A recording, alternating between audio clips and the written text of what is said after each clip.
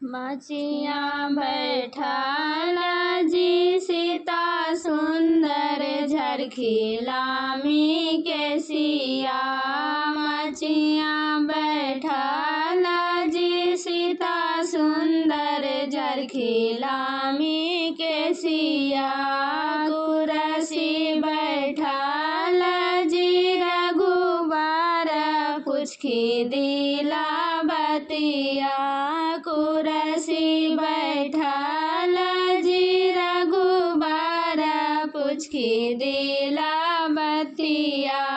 किया यादा पड़लो जी सीता सुंदर माई बापा भैया। किया यादा पड़लो जी सीता सुंदर माई बापा भैया। किया यादा पड़लो जी सीता सुंदर सखिया सहेलिया। किया यादा पड़लो जी सीता सुंदर सखिया सहेलिया। किया यादा पड़लो जी सीता सुंदर छोटकी बहिनिया। किया यादा पड़लो जी सीता सुंदर छोटकी बहिनिया। नहीं यादा पड़ल जी रघुबर माई बापा भैया। नहीं यादा पड़ल जी रघुबर माई बापा भैया। नहीं यादा पड़ल जी रघुबर सखिया सहेलिया। नहीं यादा पड़ल जी रघुबर सखिया सहेलिया। नहीं यादा पड़ल जी रघुबर छोटकी बहिनिया। नहीं यादा पड़ल जी रघुबर छोटकी बहिनिया। एक यादा पड़ल जी रघुबर रेंगनी के दूधवा। एक यादा पड़ल जी रघुबर रेंगनी के दूधवा। दोसर यादा पड़ल जी रघुबर डुमरी के फुलवा।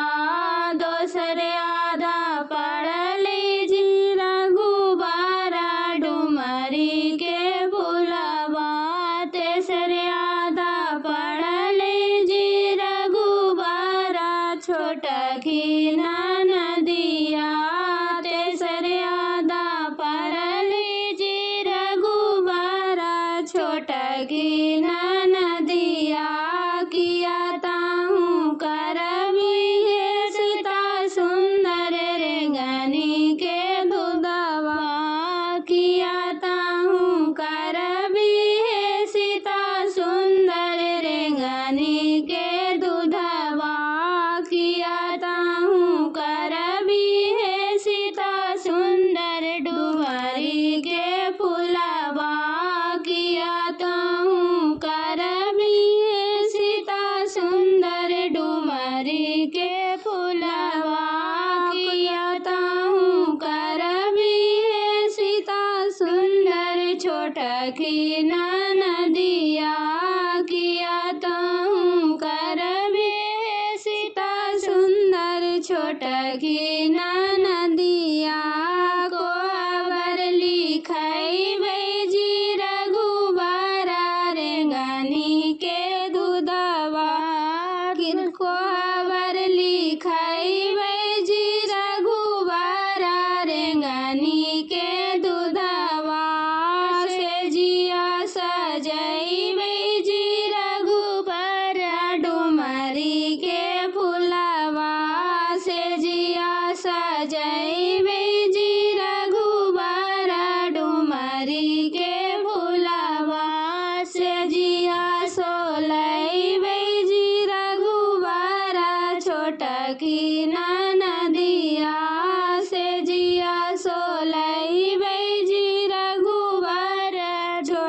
सखी